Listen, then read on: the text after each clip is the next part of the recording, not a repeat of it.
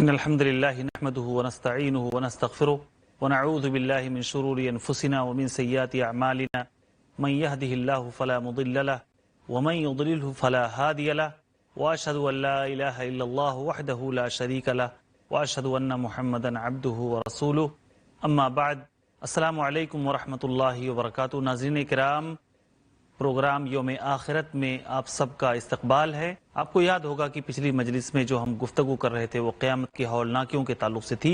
وہ ہولناکیاں ابھی پورے طور پر ہمارے سامنے نہیں آ سکی تھی۔ میں چاہوں گا اپنے شیخ محترم سے جو ہمارے ساتھ اسٹوڈیو میں تشریف فرما ہے، شیخ صاحب السلام علیکم ورحمۃ اللہ وبرکاتہ۔ وعلیکم السلام ورحمۃ اللہ۔ میں چاہوں گا کہ شیخ جو قیامت کے تعلق سے بلکہ بعث کے تعلق سے جو ہولناکیاں رونما ہونے والی ہیں وہ پورے طور پر ابھی ہمارے سامنے نہیں آ سکی تھی۔ میں چاہوں گا کہ اس مجلس میں آپ ان ہولناکیوں کا ذکر کریں جو پورے سامنے آئے، تاکہ ہمارے دل تھوڑا نرم پڑیں۔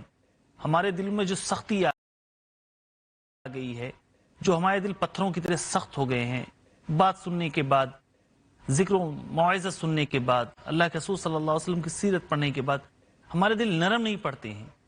تو اس طرح کی ہولناکی سن کر واقعی یہ چیزیں ہمارے دلوں کی نرمی کا انشاءاللہ سبب بنیں گی۔ چاہوں گا کہ آپ اس گفتگو کو آگے بڑھائیں۔ الحمدللہ رب العالمین والصلاة والسلام علی سید الانبیاء والمرسلین وعلی آلہ وصحبہ اجمعین، اما بعد۔ اعوذ باللہ من الشیطان الرجیم، بسم اللہ الرحمن الرحیم۔ الم یأن للذین آمنوا ان تخشع قلوبہم لذکر اللہ۔ کیا ایمان والوں کے لیے ابھی وہ وقت نہیں آیا ہے کہ ان کے دل نرم پڑ جائیں اللہ کے ذکر کو سن کر، ان باتوں کو سن کر ان کے دل نرم نہ پڑ جائیں؟ شیخ، اس آیت کریمہ کی روشنی میں میری بات کا آغاز کرنا مناسب سمجھتا ہوں۔ بے شک اللہ تبارک و تعالیٰ سے دعا کرتے ہوئے، رب اشرح لی صدری ویسر لی امری واحلل عقدۃ من لسانی یفقہوا قولی، کہ اللہ ہمارے دماغوں کو کھولے اور ہماری زبان کو اس طریقے سے نکالے الفاظ ہماری زبان سے کہ لوگ اسے سمجھ سکیں اور اپنی زندگی کے اندر اس پر عمل کر سکیں، ہماری زبانوں میں اللہ تاثیر عطا فرمائے، تاثیر عطا فرمائے۔ شیخ، آپ نے مجھ سے سوال کیا ہے قیامت کی ہولناکیوں کے تعلق سے، آپ نے مجھے کچھ باتیں پوچھی ہیں۔ جب قیامت قائم ہوگی حالات کیسے ہوں گے؟ وہ تصویر، وہ نقشہ میں ایک مرتبہ جو ہے ناظرین کے سامنے میں رکھنا انشاءاللہ تعالی مناسب سمجھتا ہوں۔ ناظرین، قرآن مجید کی کچھ آیتیں ہیں، اگر ہم ان آیتوں کو بغور پڑھتے ہیں تو قیامت کا جو نقشہ ہے وہ ہمارے دماغوں میں آ جاتا ہے۔ بالکل شیخ، میں سورہ حج کی آیت نمبر 1 اور آیت نمبر 2، اس آیت کریمہ کو جب میں پڑھتا ہوں تو مجھے ایک نقشہ ملتا ہے، ایک کیفیت ہمارے سامنے آتی ہے کہ قیامت جب بپا ہوگی تو پریشانی کیسی ہوگی، قیامت جب قائم ہوگی تو آدمی کن حالتوں سے گزرے گا، یہ چیز ہمارے سامنے آتی ہے۔ شیخ، اللہ تبارک و تعالیٰ کا ارشاد ہے، یا ایھا الناس اتقوا ربکم، اے لوگوں ڈرو اپنے رب سے، اتقوا ربکم، اور یاد رکھو ان زلزلۃ الساعۃ شیء عظیم، بے شک قیامت کا ایک زلزلہ جو ہے، قیامت کا جو بہت بڑا ہے، ان زلزلۃ الساعۃ شیء عظیم، اللہ تبارک و تعالیٰ جب کہہ رہا ہے بڑا ہے تو وہ یقیناً بڑا ہوگا۔ اللہ تبارک و تعالیٰ جب بتا رہا ہے کہ ہولناک ہے تو یقیناً وہ ہولناک ہونا چاہیے، اس کو بالکل ہمیں اسے لائٹ میں نہیں لینا چاہیے۔ اس کی حالت اللہ تبارک و تعالیٰ نے بیان فرمائی ہے، یوم ترونها تذہل کل مرضعۃ عما ارضعت وتضع كل ذات حمل حملها وترى الناس سكارى وما هم بسكارى ولكن عذاب الله شديد ولكن عذاب الله شديد۔ اس نقشے کو اللہ تبارک و تعالیٰ نے قیامت جب بپا ہوگی، قیامت جب قائم ہوگی، جو صورت پیش آئے گی، وہ صورت، وہ شکل، اس سچویشن کو اللہ تبارک و تعالیٰ نے اس آیت کریمہ کے اندر کھینچا ہے، اس آیت کریمہ میں بیان کیا گیا ہے۔ آپ دیکھو گے اللہ کے رسول صلی اللہ علیہ وسلم، آپ دیکھو گے اس دن حالات کیسے ہوں گے۔ تذہل کل مرضعۃ عما ارضعت، ہر دودھ پلانے والی ماں اپنے دودھ پیتے بچے کو پھینک دے گی، دودھ پیتے بچے کو پھینک دے گی، ایسی پریشانی رہے گی۔ وَتَضَعُ كُلُّ ذَاتِ حَمْلٍ حَمْلَهَا، اس آیت کریمہ کا دوسرا ٹکڑا شیخ، جس عورت کے پیٹ میں حمل موجود ہے وہ حمل گر جائے گا، ساقط ہو جائے گا، ساقط ہو جائے گا۔ ایسی پریشانی ہوگی، ایسی گھبراہٹ ہوگی کہ عورت جو حاملہ ہے وہ حمل ساقط کر دے گی، حمل ساقط ہو جائے گا۔ اس آیت کریمہ کا تیسرا ٹکڑا ہے، اللہ اکبر، وَتَرَى النَّاسَ سُكَارَى وَمَا هُمْ بِسُكَارَى وَلَكِنَّ عَذَابَ اللَّهِ شَدِيدٌ۔ آپ دیکھو گے اللہ کے رسول صلی اللہ علیہ وسلم، لوگ تمہیں مدہوش نظر آئیں گے، پاگل کی طرح دکھیں گے لوگ، ایسا لگے گا کہ لوگ نشے میں ہیں، حالانکہ لوگ نشے میں نہیں رہیں گے، عذاب ایسا رہے گا، حالات ایسے رہیں گے کہ ہر ایک کو اپنی پڑی رہے گی، ہر ایک ادھر کا ادھر، جو جدھر بھاگ رہا ہے وہ بھاگتا رہے گا۔ اس آیت کریمہ کے اندر ایک چھوٹا سا نقشہ کھینچا گیا ہے۔ ناظرین، آپ نے آیت کریمہ کو سنا، الحمدللہ۔ غور کیجئے اس آیت کریمہ کے اندر، کبھی بھی ماں جو ہوتی ہے وہ بڑے بچوں کے تعلق سے کبھی ذرا بے فکر ہو سکتی ہے، لیکن جو دودھ پیتا بچہ ہے کبھی بھی اپنے سینے سے لگا کے رکھتی ہے اس کو، کبھی بھی اس کے بارے میں اس کو بڑی فکر ہوتی ہے کہ کہیں کوئی چیز کھا نہ لے، کہیں کوئی چیز منہ میں ڈال نہ لے، کہیں وہ گر نہ جائے۔ جب یہ ماں اپنے دودھ پیتے بچے کو اٹھا کر باہر پھینک دے گی تو کیا حالت ہوگی؟ حضرت عائشہ رضی اللہ تعالیٰ عنہ فرماتی ہیں، نبی کریم صلی اللہ علیہ وسلم نے شیخ ایک حدیث بیان فرمائی، قیامت کے دن لوگ جو اٹھیں گے، حالانکہ اس حدیث کا تعلق جو ہے وہ ہے بعث سے، قبر سے اٹھنے کی کیفیت ہے، اس کے بارے میں ہے۔ اللہ کے رسول صلی اللہ علیہ وسلم نے فرمایا کہ قیامت کے دن لوگ جو ہیں عراتن، سارے کے سارے ننگے رہیں گے، برہنہ رہیں گے، غرلن، سر کے اوپر بھی کوئی کپڑا نہیں رہے گا، ننگا سر رہے گا، حفاظ، اور پیر حفاتن عراتن غرلن، پیر بھی ننگے رہیں گے، سر بھی ننگا رہے گا، بدن پر کوئی کپڑا نہیں رہے گا۔ یہ صورتحال رہے گی ہر ایک کے قبر سے اٹھنے کی، سب ایسے ہی اٹھیں گے۔ اما عائشہ رضی اللہ عنہا کے سامنے جب یہ حدیث نبی کریم صلی اللہ علیہ وسلم نے پیش کی تو اما عائشہ رضی اللہ عنہا نے پوچھا، اے اللہ کے رسول صلی اللہ علیہ وسلم، ایسی حالت میں کیا مرد حضرات عورتوں کی طرف نہیں دیکھیں گے؟ جب برہنگی اتنی ہو جائے گی تو کیا نہیں دیکھیں گے؟ اللہ کے نبی نے فرمایا صلی اللہ علیہ وسلم، عائشہ، حالت ایسی ہوگی، پریشانی ایسی ہوگی، ہولناکی ایسی ہوگی کہ کوئی دیکھے گا بھی نہیں کسی کی طرف۔ آپ اس وقت سوچ سکتے ہیں میرے بھائی، کیسی پریشانی انسان کو لاحق ہوگی، کیسی گھبراہٹ انسان کو لاحق ہوگی۔ ان آیتوں کے ساتھ ساتھ اگر کچھ اور آیات ہم اس ہولناکی کو سمجھانے کے لیے اگر ساتھ میں رکھیں، دماغ میں رکھیں، تو ہمارے لیے اور بھی بہتر ہے۔ شیخ، بالکل قرآن مجید کی کچھ آیتیں ہیں جن آیتوں کے اندر یہ جو بڑی بڑی چیزیں ہمارے سامنے نظر آ رہی ہیں، سورج کی شکل میں ہو، چاند کی شکل میں ہو، آسمان کی شکل میں ہو، پہاڑوں کی شکل میں ہو، جنہیں زمین کی شکل میں ہو، سمندر کی شکل میں ہو، یہ تمام چیزیں جب قیامت قائم ہوگی یہ چیزیں کیا ہو جائیں گی؟ جب قیامت بپا ہوگی اس وقت میں ان چیزوں کا کیا ہو جائے گا؟ بھی اگر ذرا غور سے پڑھ لیں، القاریہ ما القاریہ، وما ادراک وما ادراک ما القاریہ۔ قیامت کے ناموں میں سے ایک نام ہے قاریہ۔ کھٹکھٹانے والی جی، چیز، قیامت کے ناموں میں سے ایک نام ہے حاقہ، قیامت کے ناموں میں سے ایک نام ہے ساعہ۔ اگر ہم اس پر چلے جائیں تو گفتگو بہت صرف لمبی ہو جائے گی۔ ناموں پر ہو جائے گی۔ القاریہ ما القاریہ، کھڑکھڑانے والی، کیا ہے کھڑکھڑانے والی؟ وما ادراک ما القاریہ، اور کس چیز نے تم کو بتایا اللہ کے رسول صلی اللہ علیہ وسلم کھڑکھڑانے والی کیا ہے؟ اس آیت کے بعد جو الفاظ ہیں شیخ، یوم یکون الناس یوم کالفراش یکون الناس المبثوث، کالفراش وتکون الجبال کالعہن المنفوش، یہ جو دو الفاظ ہیں، یہ جو دو آیتیں کریمہ ہیں، ہر آدمی کو غور کرنا چاہیے۔ یوم یکون الناس کالفراش المبثوث، جس دن لوگ جو ہے کل فراش المبثوث بچھائے ہوئے پتنگے کی طرح ہو جائیں، کل فراش المبثوث، وتکون الجبال کالعہن المنفوش، اور پہاڑ جو مضبوط پہاڑ ہیں، اللہ تبارک و تعالیٰ فرماتا ہے یہ دھنی ہوئی روئی کی طرح اڑنے لگیں گے آسمان میں۔ اللہ اکبر۔ یہ پہاڑ جو آج مضبوط ہیں، پتھر کے جو پہاڑ بنے ہوئے ہیں، قیامت جب بپا ہوگی یہ پہاڑ روئی کی طرح آسمان میں اڑے۔ وتکون الجبال کالعہن، وہ بھی روئی جسے آدمی اگر روئی کو زور سے دھنے، زور سے مارے روئی کے اوپر، اس کے اندر کے جو ذرات آسمان میں اڑتے ہیں، ہواؤں میں اڑتے ہیں، یہ مضبوط پہاڑ ہواؤں میں اڑیں گے۔ وتکون الجبال کالعہن المنفوش۔ اس وقت کامیاب کون ہے، ناکام کون ہے، اس کے بعد کی آیتوں میں اس کو بیان کیا گیا ہے۔ صرف اتنا ہی نہیں، جب بھی قیامت کا ذکر آتا ہے، سورج کے بارے میں اللہ تبارک و تعالیٰ، جب قیامت بپا ہوگی سورج کہاں ہوگا، سورج کیسا ہوگا، قرآن اور حدیث دونوں کو ملا کر سورج کے بارے میں غور کریں تو ہمارے رونگٹے کھڑے ہو جاتے ہیں۔ اللہ تعالیٰ کا ارشاد ہے، اذا الشمس كورت واذا النجوم انكدرت واذا الجبال سيرت واذا العشار عطلت وَإِذَا الْوُحُوشُ حُشِرَتْ۔ ان آیتوں کو، آسان آیتیں ہیں، آخری پارے کے اندر موجود، انہی آیتوں کو پڑھ کر نبی کریم صلی اللہ علیہ وسلم کے بال سفید ہو گئے۔ اذا الشمس کورت، کوئی سوچ سکتا ہے ہم بھی سورج نمازوں میں شیخ ان سب صورتوں کو پڑھتے ہیں شیخ، لیکن سم بکم عمی فہم لا یرجعون سے زیادہ نہیں، اندھے بہرے بن کر کھڑے رہتے ہیں اور ایسا بنے رہتے ہیں کہ ہاں نماز ختم ہو جائے گی، جلدی وقت ہو جائے گا اور بھاگ کر چلے جائیں گے۔ اذا الشمس کورت، سورج کو جب لپیٹ دیا جائے گا، کوئی سوچ سکتا ہے سورج کو جب لپیٹ دیا جائے گا، وَإِذَا النُّجُومُ انْكَدَرَتْ، اور جب ستاروں کے اندر کی روشنی ختم ہو جائے گی، بے نور ہو جائیں گے ستارے، بے نور، وَإِذَا النُّجُومُ انْكَدَرَتْ وَإِذَا الْجِبَالُ سُيِّرَتْ، اور جب پہاڑ چلائے جائیں گے، جیسے ابھی کچھ دیر پہلے میں نے کہا وَإِذَا الْجِبَالُ سُيِّرَتْ وَإِذَا الْعِشَارُ عُطِّلَتْ وَإِذَا الْوُحُوشُ حُشِرَتْ، اس کے اندر ایک لفظ اور بھی ہے وَإِذَا الْبِحَارُ سجرت سُجِّرَتْ، ایک جگہ پر سجرت ہے اور ایک جگہ قرآن مجید میں فجرت کے لفظ فجرت ہے۔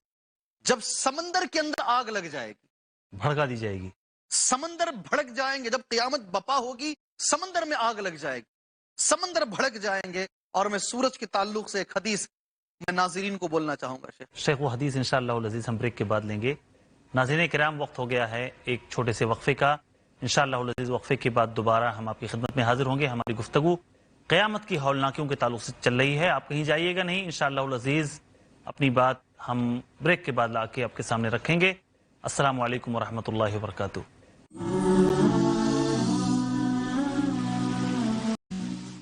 السلام علیکم ورحمۃ اللہ وبرکاتہ۔ ناظرین اکرام وقفے کے بعد دوبارہ آپ کا خیر مقدم ہے۔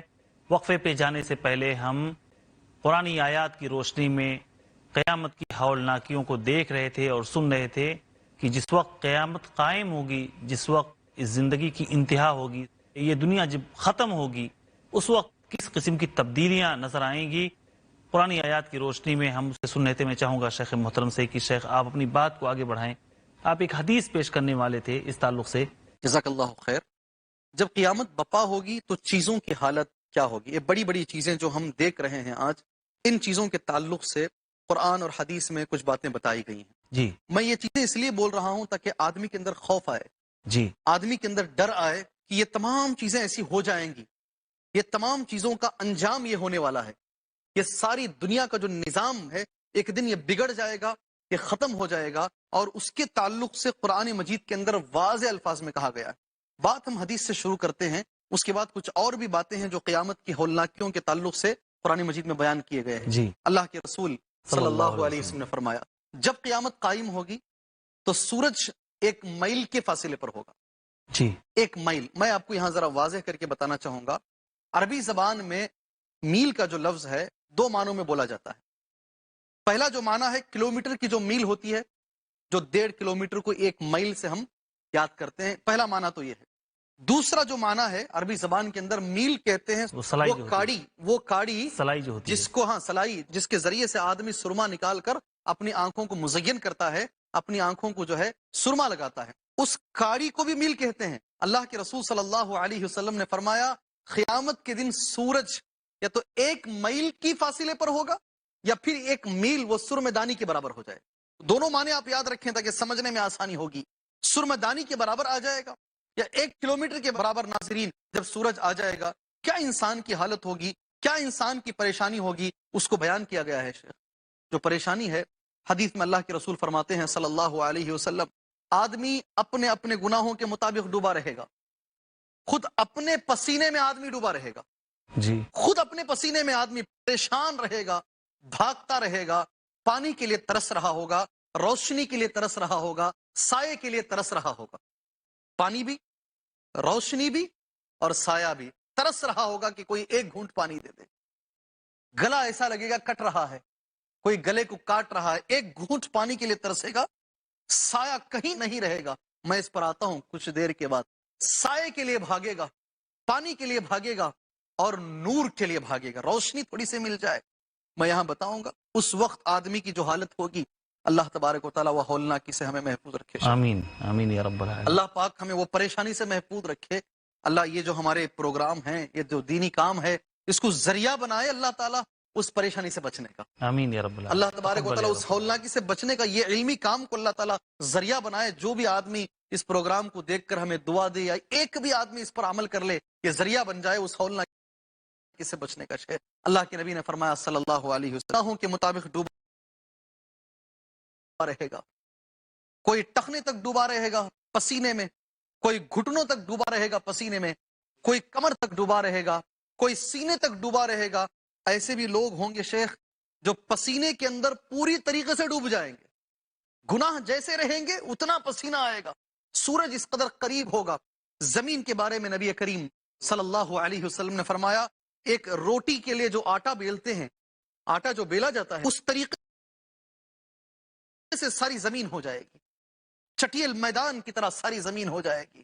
سورج قریب ہے، زمین کی یہ حالت ہے، آدمی پریشان ہے، بھاگ رہا ہے آدمی پانی کے ایک گھونٹ کے لیے.